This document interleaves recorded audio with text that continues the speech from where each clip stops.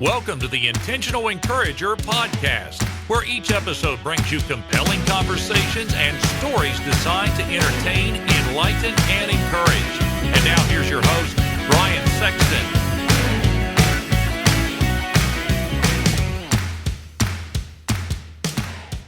Hey everybody, Brian Sexton. You know what's really important to me when I do business with a company is trust and transparency. I've been telling you now for a good while about my buddy Damon Burton and his company, SEO National, because trust and transparency are just as important to them. You know, for the last 15 years, in the search engine optimization space, they have been leading the way and serving people tremendously well. Now, for those of you that don't know what SEO is, it stands for search engine optimization. It helps you show up higher on Google searches so that folks that are looking for what you have find you quicker. And you know what's really encouraging? More revenue, more sales, growing your business. Do me a favor, get in touch with Damon and his team today at SEO National at 855-736-6285 or go to SEOnational.com and get your free quote and tell them you heard it on the Intentional Encourager podcast. I hope you're ready, because here comes a dynamite conversation on the Intentional Encourager podcast.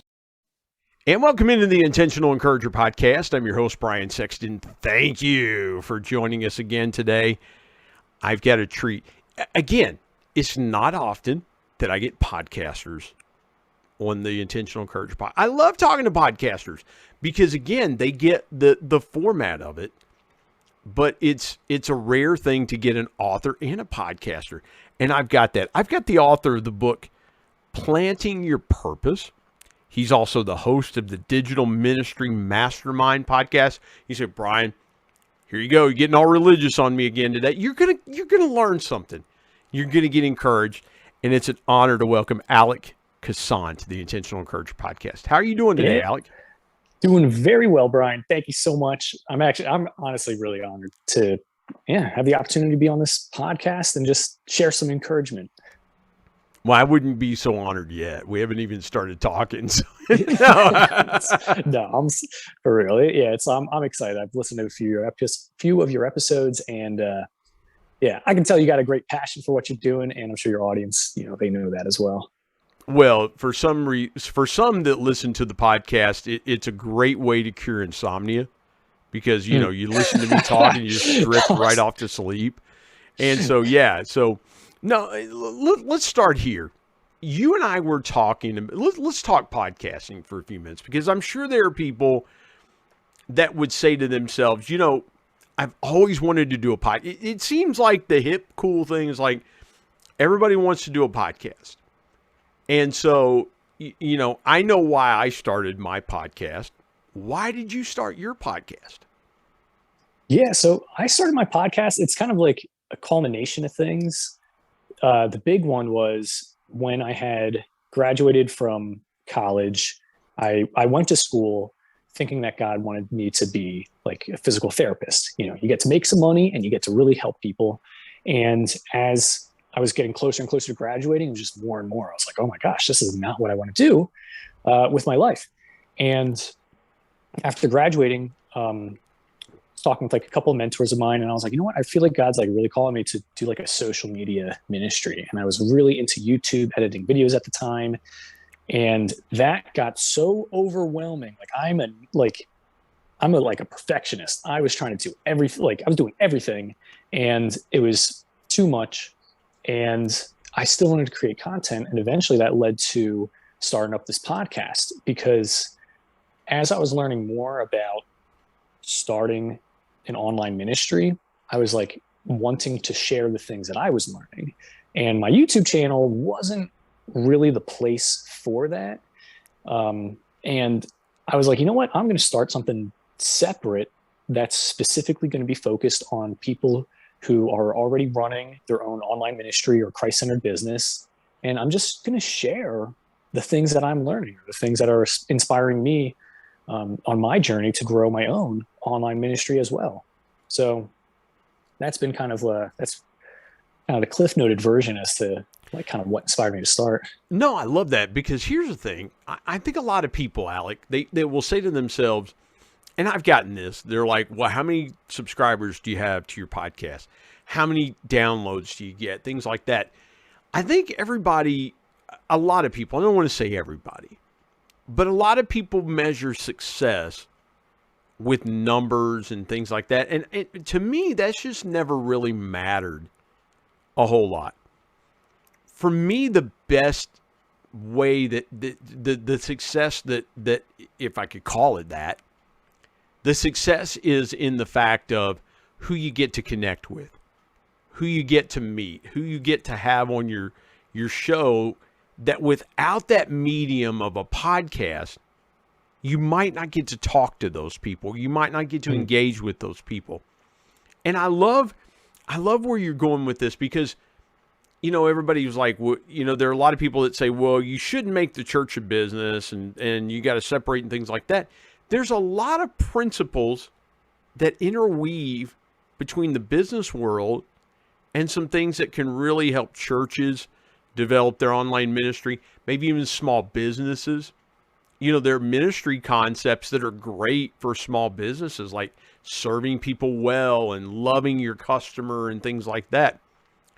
Where do you see the intersection of ministry and entrepreneurship? Maybe that's not the best way to go there, but I feel like, in just the first few minutes of this conversation, I want to give somebody that is maybe running a church ministry or they're running an online business. There's some things that intersect there and some principles that are universal there. What have you discovered in your journey so far? Some of those principles that have intersected for you?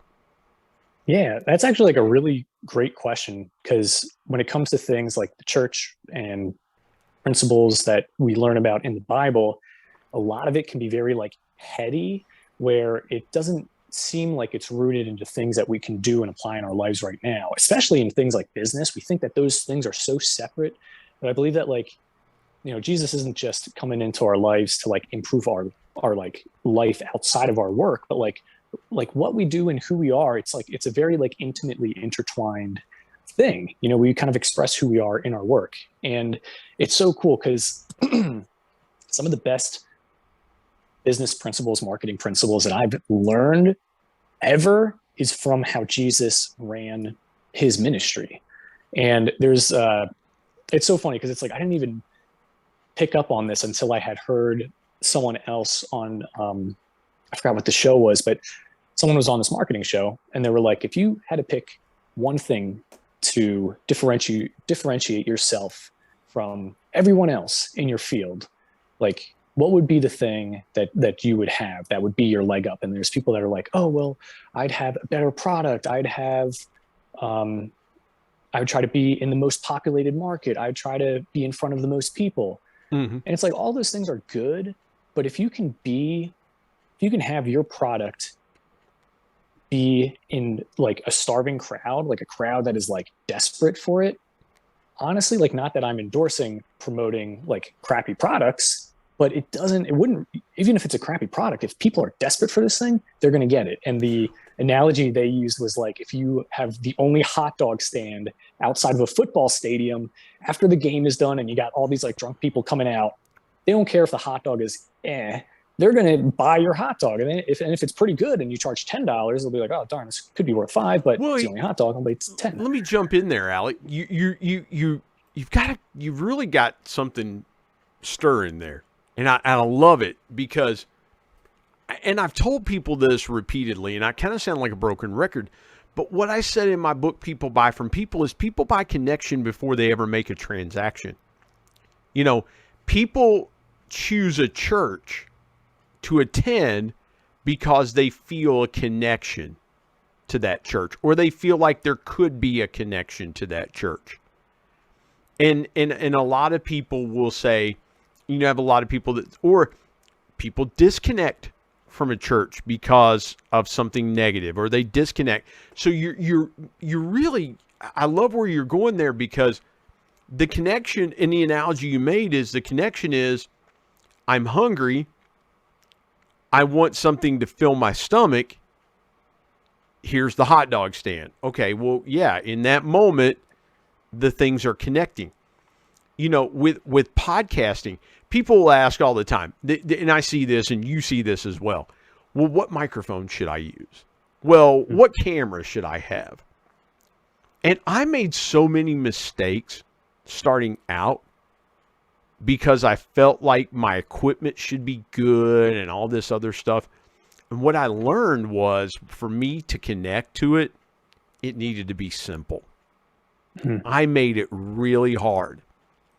And now what connects with me is what I tell people is like, you get a good webcam and you get a good USB mic and you can start podcasting. Like to me, what connects is simplicity. When you talk to other podcasters, what's the one question you get, or the one problem that people that are starting in podcasting, starting with social media content? What's the one question you get about the number one problem they're trying to figure out? It's tough because it's like I want to. My brain is immediately trying to like my brain's telling me the problem that I see, but I'm like, no, the question you're asking is what's the question they're asking.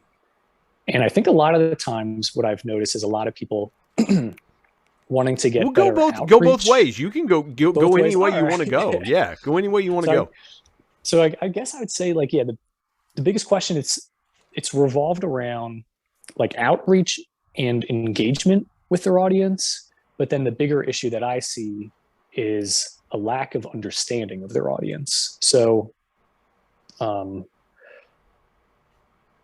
example, I see this a lot when people are like, my podcast is about, I'm trying to like, I don't want to sound rude, but it's like, just from like the things that I've seen. So for example, like someone was like, oh yeah, my podcast is about relationships. And I was like, wow, that's really cool. So is it like relationship with God? Is it relationship with your customers? Or it's like, maybe like love, like significant other relationships. And they're just like, yeah, like all of those. Well, they're trying to hit too many people. They're trying to get too big of an audience or too broad of a scope instead of just saying, okay, what I really want to focus on is relationships between husbands and wives that have been married more than 20 years. Right. Like that is specific. And in fact, I had made a post about this in one of like the podcasting Facebook groups where I was like, and I think I had used the relationship example. And I was like, okay, your podcast is on relationships, but what if you said your podcast was on relationships between parents and kids? It's like, now the content is a little bit more niche. You kind of know what to expect when you're going to listen. But then if you take it another step further and you're like, well, my podcast is about relationships between fathers and their sons. Whoa, like now you really have a strong idea of what you're getting into. And then you could even bring it a step further than that. And you could say, well, my podcast is about the relationship between a father and a son that has abandoned them. You know, a son that's not in the picture anymore.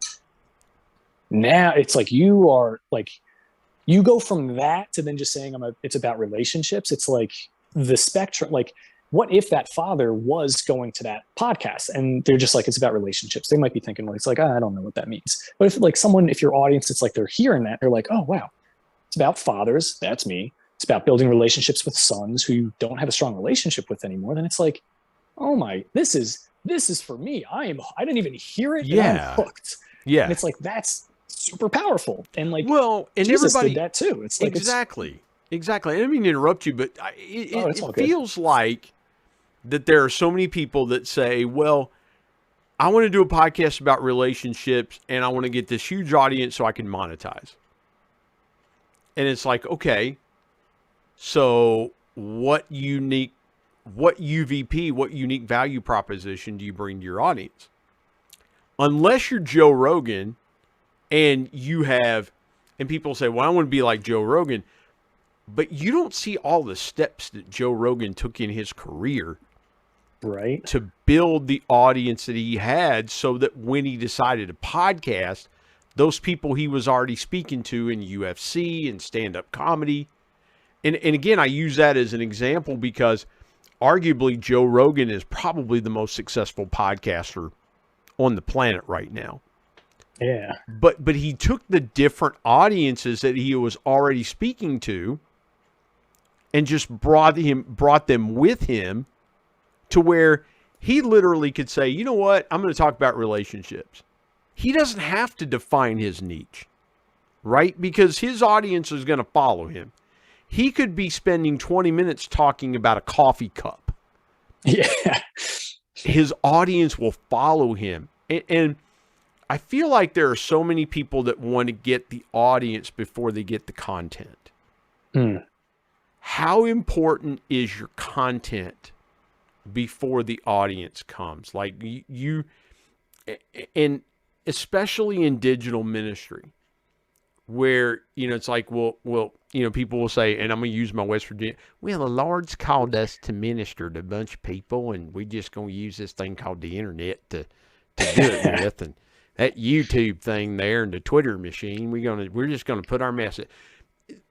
For people here in West Virginia, where I live, a lot of them do that. Like, well, I can't understand why we ain't reaching more people. Well, because you wanted to throw spaghetti on the wall. So what's the thing that people need to know about their content in order to connect with their audience, in your opinion? Yeah, I would say like what we mainly don't see when it comes to producing content, or at least what we don't normally see on the forefront when other people are producing content, is that there's like, and I don't mean to say this to sound like a conspiracy thing, but there's a hidden agenda. Like, there is a reason why they're sharing the message that they are in the manner that they're sharing it. So like one person, for example, Gary Vaynerchuk, he's all about post 100 times a day, post all this content, post content. And it's inspiring. It's letting people kind of get off their butts to start producing more content. Well, Gary Vee has got a different kind of brain. He's wired so differently. I think for Gary Vee, his content creation is the way that he down dumps a lot of the ideas that he has. Like his brain is so turned on, and I mean to interrupt you, but that when you say Gary Vee, to me it just seems like his brain is just turned on hyperspeed, that he's got to create content because he's just like pumping ideas out, just continue to pump ideas out, just boom, boom, boom, boom, just pumping ideas out. And I love that you mentioned Gary Vee, because I think people would say, well, all I'm going to do is just turn the microphone on and talk and talk and talk. And it feels like, and I said this to my family last night, forgive me for going long with this question. Oh, it's all you just you hit something really good. Whenever people post on social media, I tend to ask myself, what's their intention? Like, what's the intention with this post? And let's go here for a second before we take a quick break, before we pause and take a quick break. When we think about content creation on social media, how important is intention? Because you were hitting it there, and forgive me for jumping in there and interrupting. I want to pull just a little more conversation out of that. How important is intention in social media content creation? Yeah, I'm happy you kind of paused it there, because it's like, it is important, for everyone who's listening. It's like, if this is the only thing you get out of this episode, like, you are going to be way ahead of other people. The intentionality is super important. So like with the Gary Vee thing, the reason why, and like, he may not admit this, but it's like, I'm pulling back the curtain so you can see what's going on behind the scenes with his stuff. The reason why he posts the messages he does and the manner in which he does is because his company is a media marketing agency. He sells doing this process for other people. So when he says, put out 100 pieces of content, and you're like, holy cow, that is overwhelming, a fraction of those people are going to say, man, that's overwhelming. I'll just hire Gary's team to do it.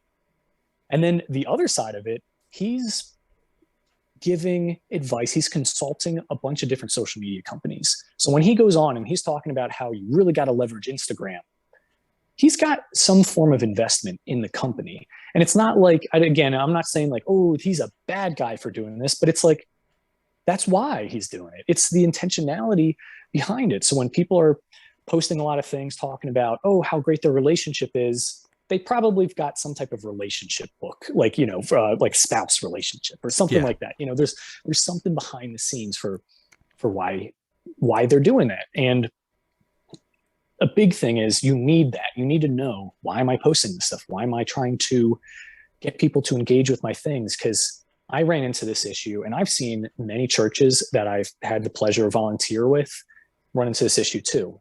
And I'm not trying to bash evangelism, but I've seen so many people where they're just like, we got to get people in the church. We got to get people in the church. And now you got all these people in there, and it's like, well, where do we go from here? And I've always felt called to like, yeah, like we're in, all right, now we're here. We're sold on the mission. Yeah. Now let's take things to that next level. Like, let's have a deeper relationship with God. Let's get more fruit from the things that we're doing. And when you're too focused on one side and you neglect the back end of it, you're missing out on a lot. Like, I've seen so many times people come into the church and then they leave because they got sold on this vision of like a relationship with God, a relationship with others. And then that's not fulfilled on the back end. And like my own ministry too, the Planting Your Purpose book, I had a lot of people buying that, and it's ironic, but I ran into the same thing. I was getting a lot of people coming in. I've got a lot of people who signed up for my emails, and there was nothing to offer after that. And it was a combination of things where it's like, I began to recognize like I'm way more passionate of working with people who are running their own online ministries. And that book is, a fantastic resource, especially if you're someone who's working within a church or like a Christian organization to better understand like your function in it. But I'm not like the personal development kind of guy. I'm a very analytical, going to school for physical therapy, very analytical stuff. So it's like, I like knowing how to have things work in a structured way. And I think having that expressed through working with people in ministry or Christ-centered businesses is like, I'm fired up. And that's the thing. There's a lot of principles that relate to business as well too, because, people get customers in the door and they can't satisfy them. They can't keep them. Because customers are like, okay, we're confused. We came for one thing and you're giving us something else. It would be like going to a Mexican restaurant and instead of chips and salsa, they set on the table that they might set down lasagna. It's like, what's this? I came to a Mexican restaurant. Oh, we do everything, Yeah, and that's a fantastic, so like, that would be like, what? Let's take it. Let's pause, take a quick break. When we come back, I want to ask you about your book, Planting Your Purpose. So we'll talk a little bit about that. My guest is author, podcaster, Alec Kassan, who joins me on the Intentional Encourager podcast. Back in a moment.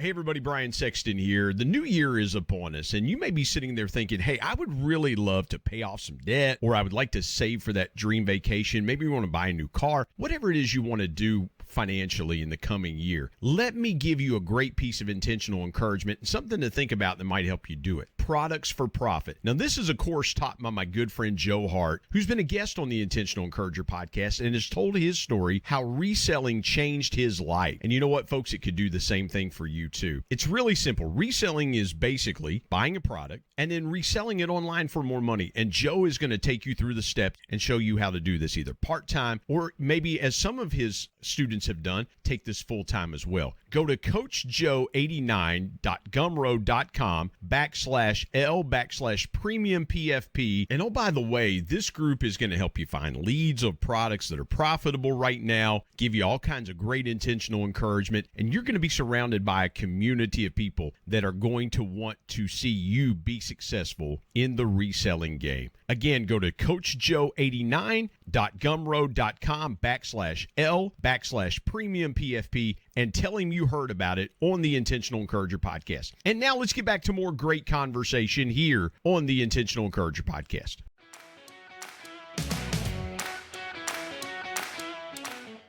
Alec, let's now jump into your book. Before the break, we were talking about your book. And I love that planning your purpose, because to me, that could go a lot of different ways, right? I mean, somebody could read that if they're starting a company. Like maybe their purpose was to start a company. Maybe their purpose was, and I know you wrote that from a Christian perspective. I love that you did that. But there's a lot of foundational truth there beyond the walk with the Lord and things like that. And that's the most important thing. But what I'm really wanting to get at is, where did the book come from? Let me ask this a different way, because that's generic. Forgive me for asking a generic question. I was ready to answer it anyway. We don't ask generic questions here on the Intentional Encourager Podcast. We ask different questions. So let me start here. What's been the most surprising thing that you've gotten from your book that you were like, you go back and read through it and you're like, man, I didn't realize I said that. That was really good. I didn't realize I said that. What was the most surprising thing from the book that you recall? Well, I would say, like, time and time again, a thing that I find myself having to be made aware of again and again is that God is way more concerned about who we are than what we do.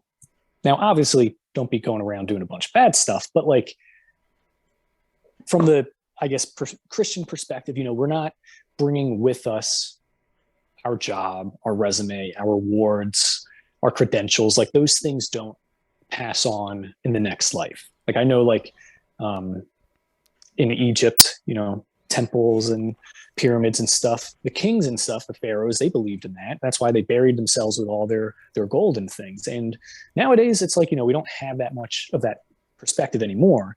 So if we aren't bringing those things with us when we're going into that next step in our journey, then like, what do we bring with us? And it's like, well, we're bringing who we are. We're bringing everything that God's put in us that's made us unique. I want to be buried in my Joe Burrow Cincinnati Bengals t-shirt. Oh, there you go. Yeah. I mean, well, that's fine. Like that's totally acceptable. Like, well, because you just never know. Like when you go you meet the Lord, like, hey, Lord, today, Yeah. No, I'm just fantastic. I'm kidding, man. But no, you're right. And Alec, that's the thing that I think people, we were talking about it in the last segment, is that we're trying so hard to build this kingdom. And I see this a lot on social media, and forgive me for stepping back, but I love what you said there about not being able to take it with you. And that's a really powerful truth that a lot of people forget, is the moment we draw our last breath, that's it. Like no matter what we're working on or what we're doing, or, hey, you know what? I want to have all these Instagram followers. Well, if the Lord says that your time is up today, that's it. That what you've done or what you're trying to do, you can't really say to the Lord, hey, Lord, hold up. Take me after I get to 100,000 Instagram followers. Then I'm good. We don't get to decide that. And I always find it funny that we're working for all these things without trying to figure out, okay, what does God want for me? What does God want from me? Even if you're not a Christian, the Lord has a plan for you in your life. Nothing you do is by accident. When you were getting into writing this book, how in tune were you with your own purpose, where you felt God wanted you to be and what he wanted you to do?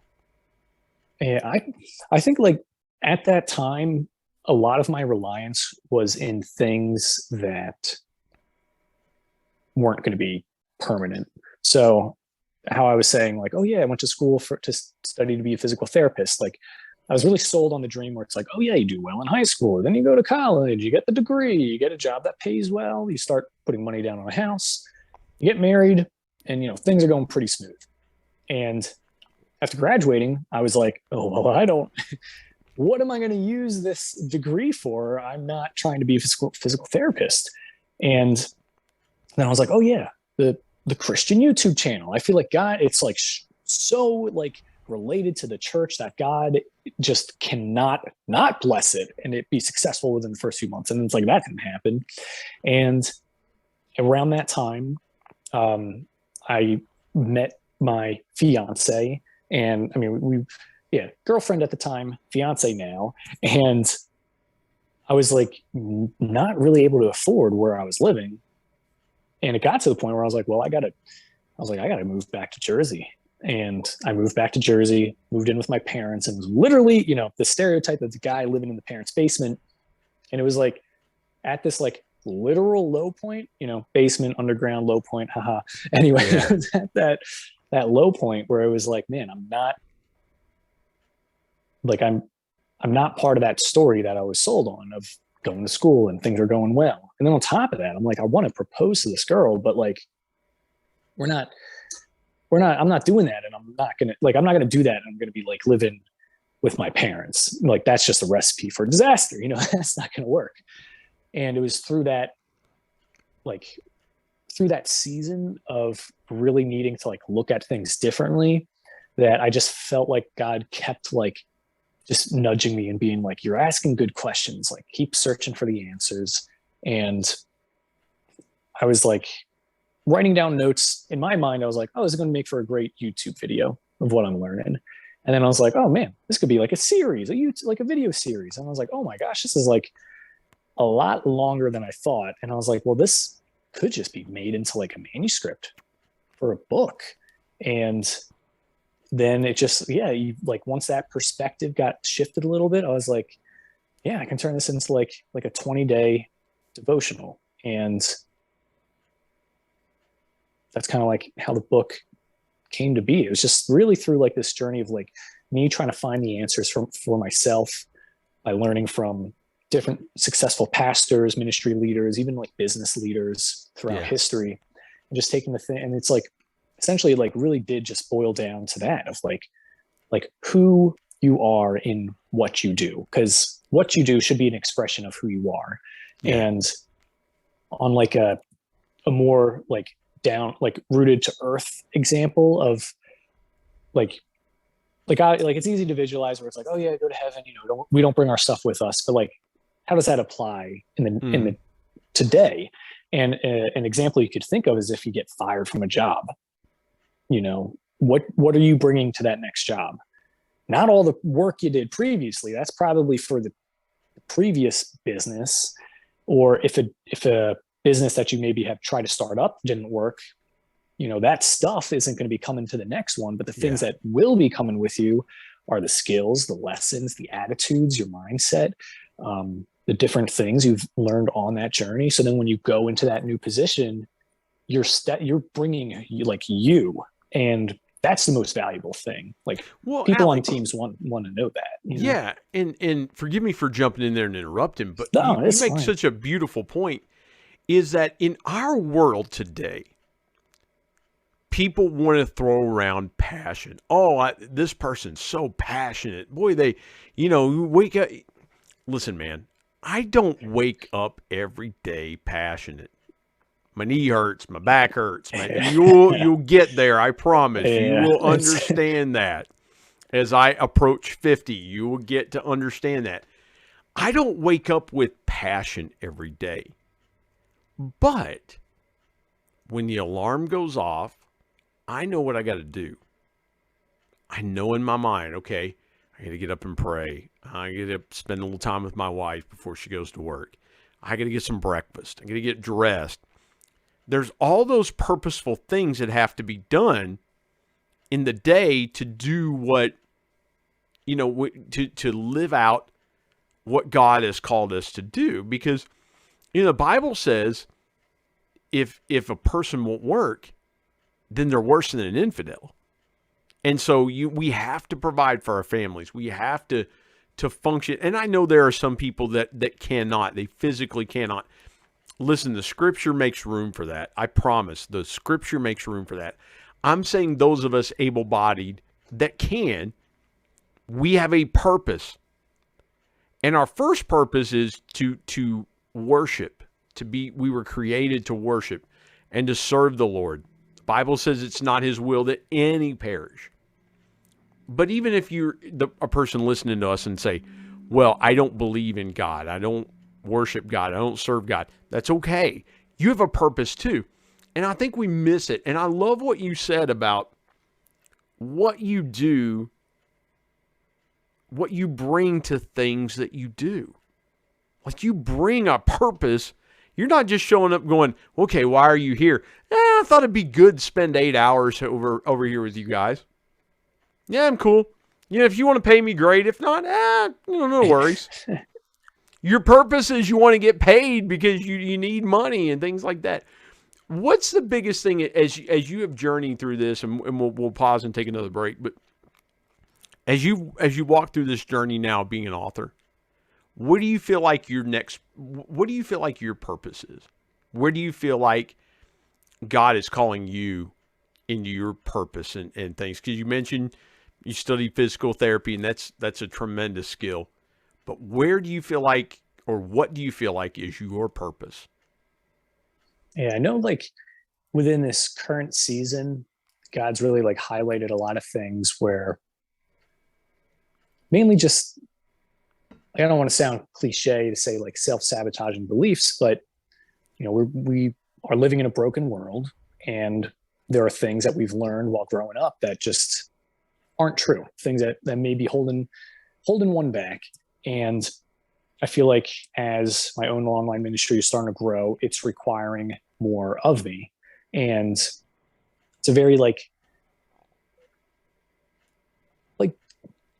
I wish I had a different word than like selfish, but it's that kind of like that analogy. If you put your mask on before you assist the other person, it's like, I've got to make sure that I am even more equipped to be responsible with what I have. And, that's a biblical principle, is like, when you are capable of being responsible with more, you're expected to be more responsible.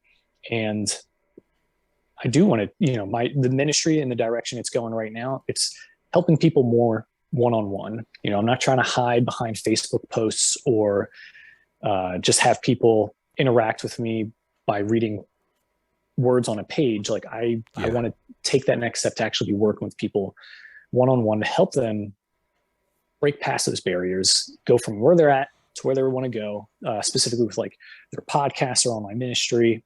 Yeah. And the only way that that's going to happen is by working with people one-on-one. And that requires, getting over different things mentally, No, I love that, because ministry, connection, business, and I'll say this again about business. You can't get a bunch of customers until you get the first customer. It always starts with one. And there's biblical principles around that. There's foundational truths around that. So I love that, working one-on-one with people. Let's pause a minute, take a break. When we come back, I'm going to tell Alec's story. You're going to want to hear his story. I'm talking to the author of the book, Planting Your Purpose, and the host of the Digital Ministry Mastermind podcast, and that is Alec Kassan. Come back with us here in just a moment.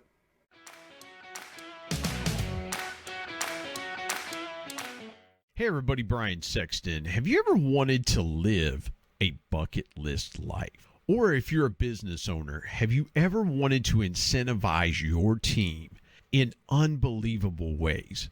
I have got just the thing for you. You need to contact my friend Brad Norwood with Dream It Pro Professional Events. Brad's been a guest here on the Intentional Encourager podcast, and I can tell you he has helped numerous companies achieve unbelievable things through experienced travel. Experiences are what people want. They want to know how they can live incredible bucket list lives as well, too. And Brad can help you with both of those things. I can't give you any better encouragement than to give Brad and his team a call right now at 479-466-6907 or go to www.dreamitpro.com. And when you get there, click on events and you are going to see some unbelievable once-in-a-lifetime experiences. And I promise you this, unlike plaques, awards, trophies, things like that. Experiences and trips like these don't burn up in a fire. Again, go to www.dreamitpro.com today. And now let's get back to more great conversation here on the Intentional Encourager podcast.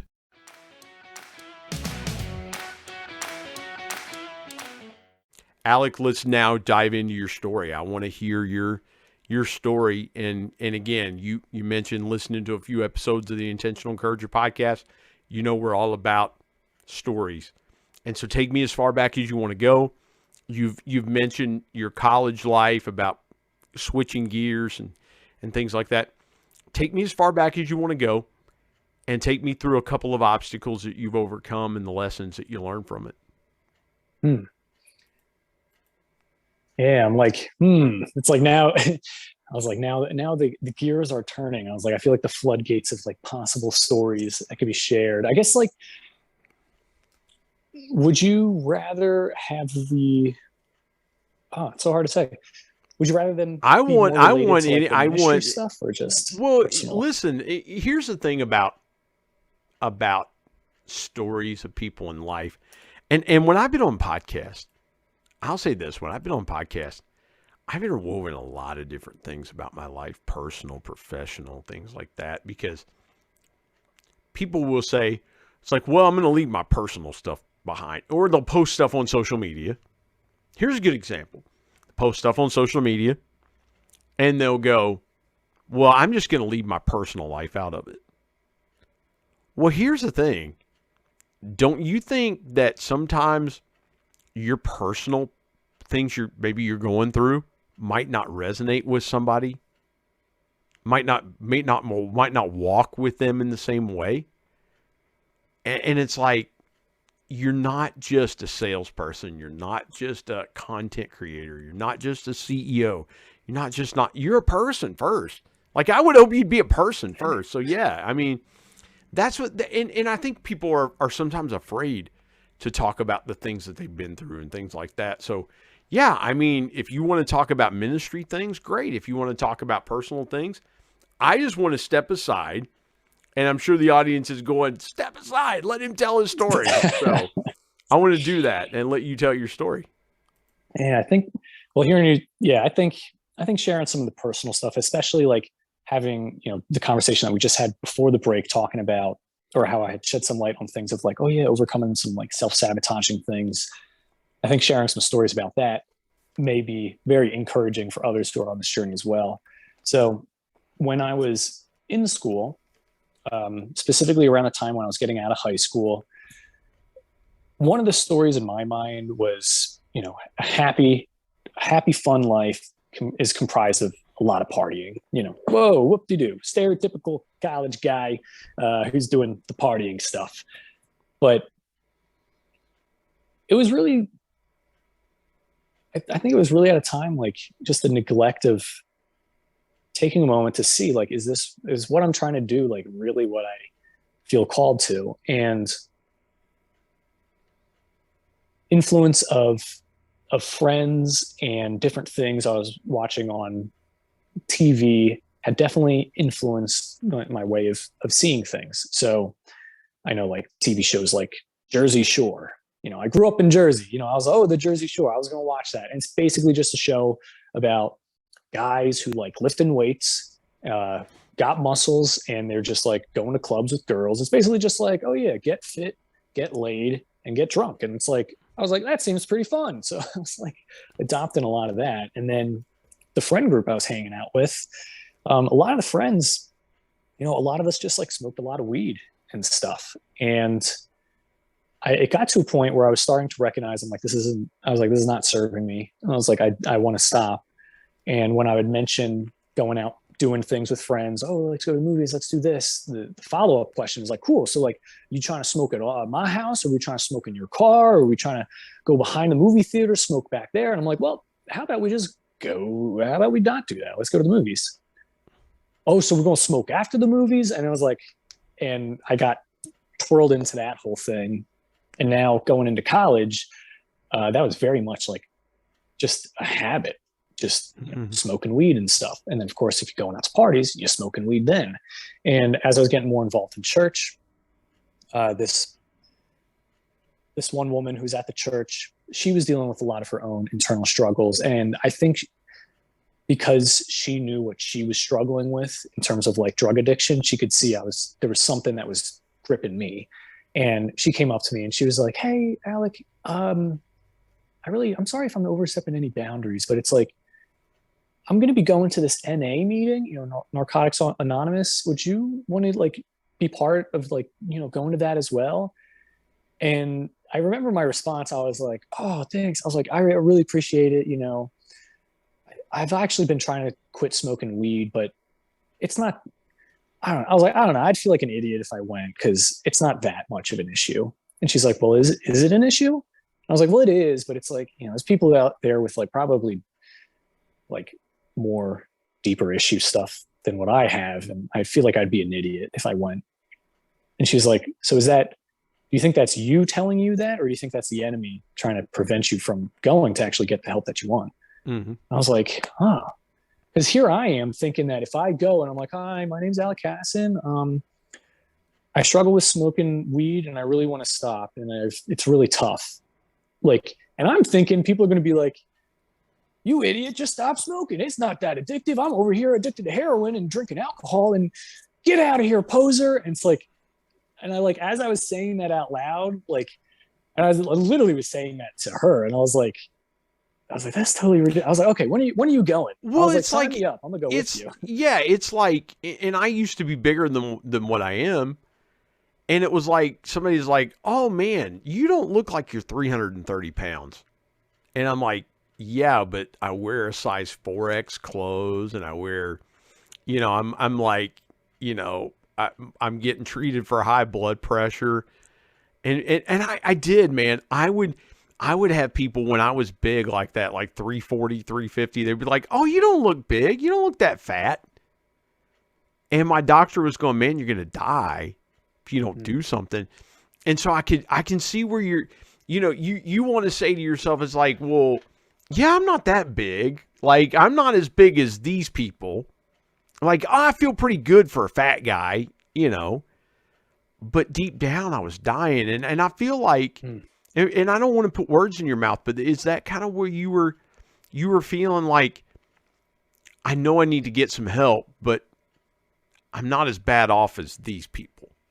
Yeah. The thing that's funny is like literally the things I was saying to her. I'm like, "Well, I'm not as bad as other people. I can quit anytime." And I'm like, this is literally what addicts say. I was like, this is ridiculous. It's like the stereotypical thing where it's like, "Oh no, it's not that bad. Like, I can stop anytime. It's just not the right time for me," or this and that. And it was very like at the moment, like I did, like it was very comical looking back. And I'm happy she leaned into it a little bit because basically I was afraid of what others were going to say if I tried to pursue that and had tried to better myself. And I think that's the thing that holds a lot of us back. Some people fear doing a thing, maybe in like business or trying something new. And sometimes people fear that that it's not going to go well. And to that, I'd ask like, "Well, why are you afraid it's not going to go well?" And it's like, "Well, because other people would see that and then they'd think this." And it's Have like, you thought about what life might be like had you continued down that path? Had you continued, because now here's the thing, and I say this, and I want to be very careful. I know that there are some people that use marijuana for medicinal purposes. I want to be sensitive to that, okay?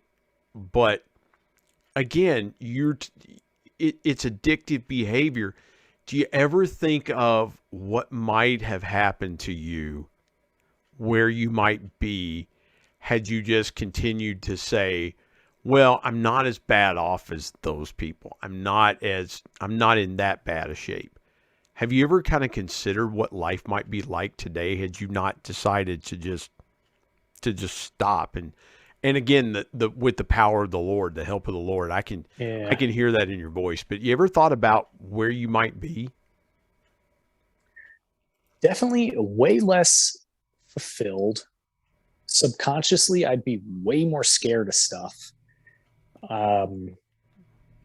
Probably be in a job, and it's like there's multiple factors that go into it. It's like, who knows? Like, if I kept smoking weed, maybe I kept associating with certain people, maybe I kept putting off certain things, maybe the things that I had hopes for, I was just too lazy to do. It's like there's a lot of factors that go into it. And another thing too, it's like I haven't so my fiance and I, we live in Arizona. We have like as you were saying, medicinal. We have like the medicinal gummies to help with like going to bed at night. Sometimes we haven't gotten any more recently, but I just wanted to like, at the time it was like, I was not using that. I was using it recreationally, and I was certainly abusing it. And similarly, like, with how you said, it's like, there's bad habits, when someone's trying to like lose weight, and like, I know for you probably didn't just stop eating, like, you still got to eat. And not that I'm trying to say that like, oh, weed is as important as food, but it's like, it got to a point where it was manageable. And now it's like, I have a gummy to help go to sleep at night sometimes. Well, and here's the thing, there are products out there, that help folks like that. But you were saying a few minutes ago, you were trying to break free, and you were talking to your friends like, yeah, man, I just want to hang out. And they're like, oh, yeah, so you want to smoke after we hang out, or were you going to smoke while we're there at your house? Where was the moment for you where you said, hey, enough is enough? I'm done with this. Because I could sense in what you were telling me, Alec, that there was just that longing to break free, just that longing to just be free from something you felt like was getting a hold on you. Take me to that moment where that freedom for you came. It was definitely during, I remember like, so it was like my junior year in college. The roommate, he's not at the dorm, and I had like a very extensive, like I had this whole weed smoking setup thing for people who may or may not know. It was like a dab rig. It's like it wasn't just weed leaf. It was like this condensed down, oiled, concentrated thing. And you got to heat this little metal plate up to like a ridiculous temperature, and you drop the thing on there, and it's like you get a feeling of being like punched in the brain, and then you're basically knocked out.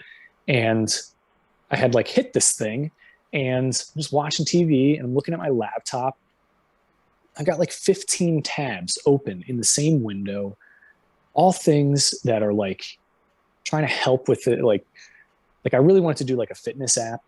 So I had one tab open for like best ways to start with coding an app, another window opened with like an inspirational thing about like getting started on your dreams. And then like another thing opened up about like different fitness trends. And it's just like, it was like 15 tabs of all these things. I haven't like taken the time to even like look at one of them. And there I am, just like baked out of my mind, not feeling motivated to do any of it. And then I just got hit with just such like a deep depression of just like, I want to just give up on this stuff. Yet I was looking at it and I was feeling inspired, but I also felt overwhelmed. And it was like this like soup of these like different conflicting emotions that I was just like, oh man, this is like, and it was just like such a depressive state, and it just wasn't in line with like where I was trying to go with my life, to be honest. And I know with like the NA meetings, they even like covered things like that too, where it's like, you aren't your addiction. These things aren't part of you.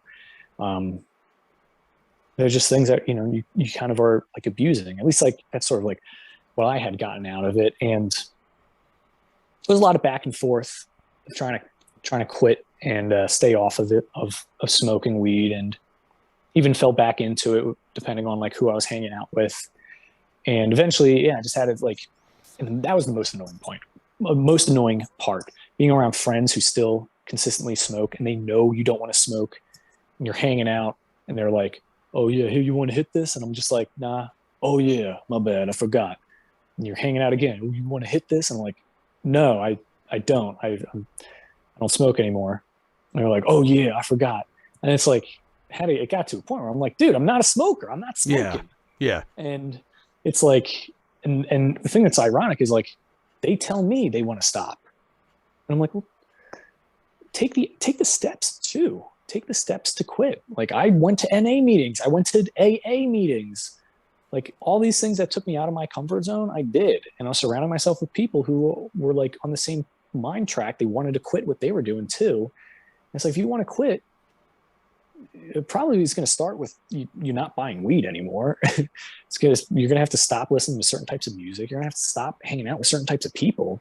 And then you got to surround yourself with people who you are aspiring to be like. Like for me, I was talking with people who were like gripped with actual like addictive substances that if you just stopped, you could die, and they had to wean themselves off. People who like went through terrible things in life, who hurt a lot of people.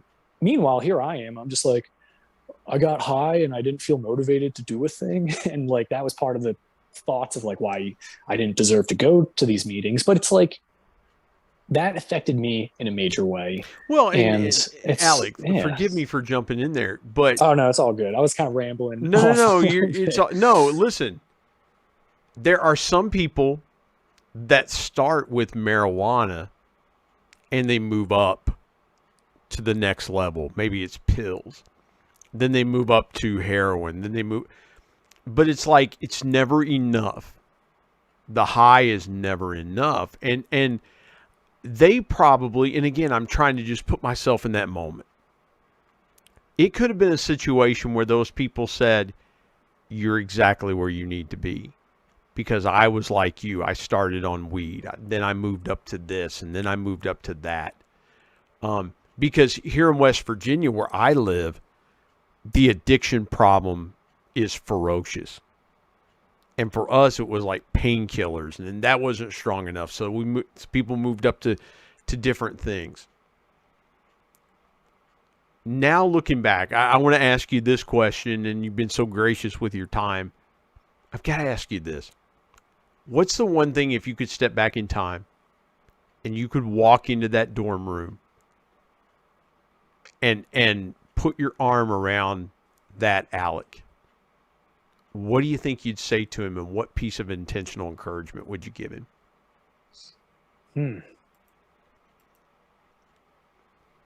Yeah, it's a good question. It kind of reminds me of a similar question where it's like, oh yeah, if you can go back and change one thing, but with all the hardship that we go through, it's like those are moments that kind of like those are opportunities for us to test like where we are in our life. And I probably would tell myself like a similar thing of like you're gonna face times where you're feeling very overwhelmed. You're gonna face times where it seems like you're in a corner or like you messed up so bad you can't possibly recover from it. But I'm gonna tell you that majority of those things you're not even gonna remember what they are. You're gonna remember you had stressful moments, but majority of those moments, like, you're not gonna know the details for.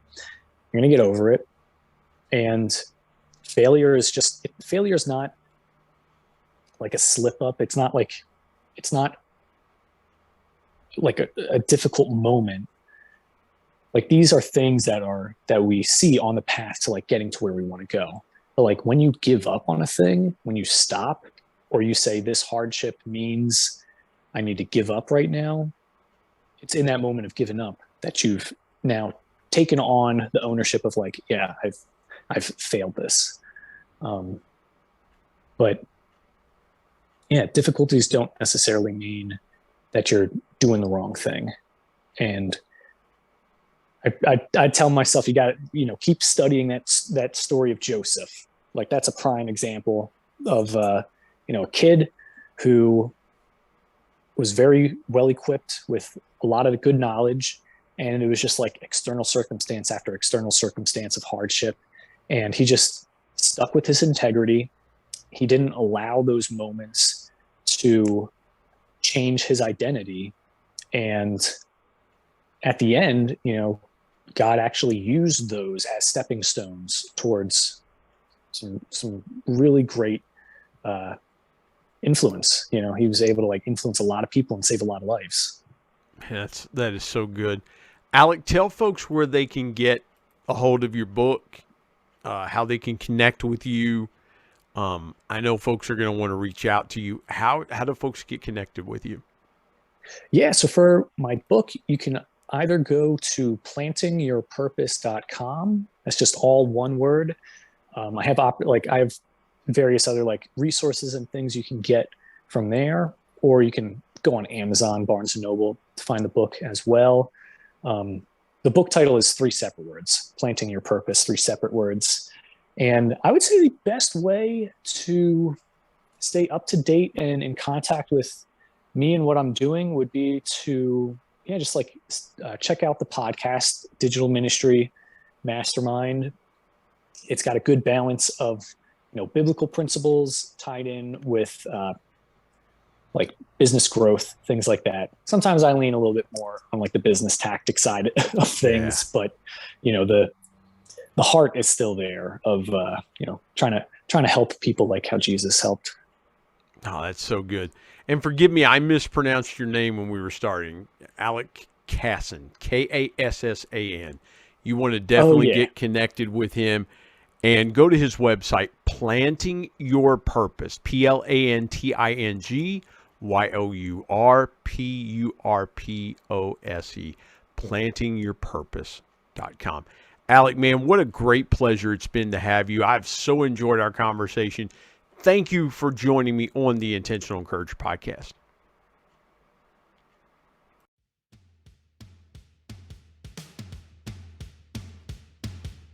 My thanks as always to producer Bryce Sexton and technical advisor Matt Means. And of course, the ultimate thanks goes to the Lord Jesus Christ, who provides intentional encouragement every day through his word. If you're not subscribed to the Intentional Encourager podcast, hit the subscribe button wherever you get podcasts so you don't miss an exciting episode where you can get encouraged and stay encouraged. And remember, anyone, anywhere, at any time, any place can be an intentional encourager.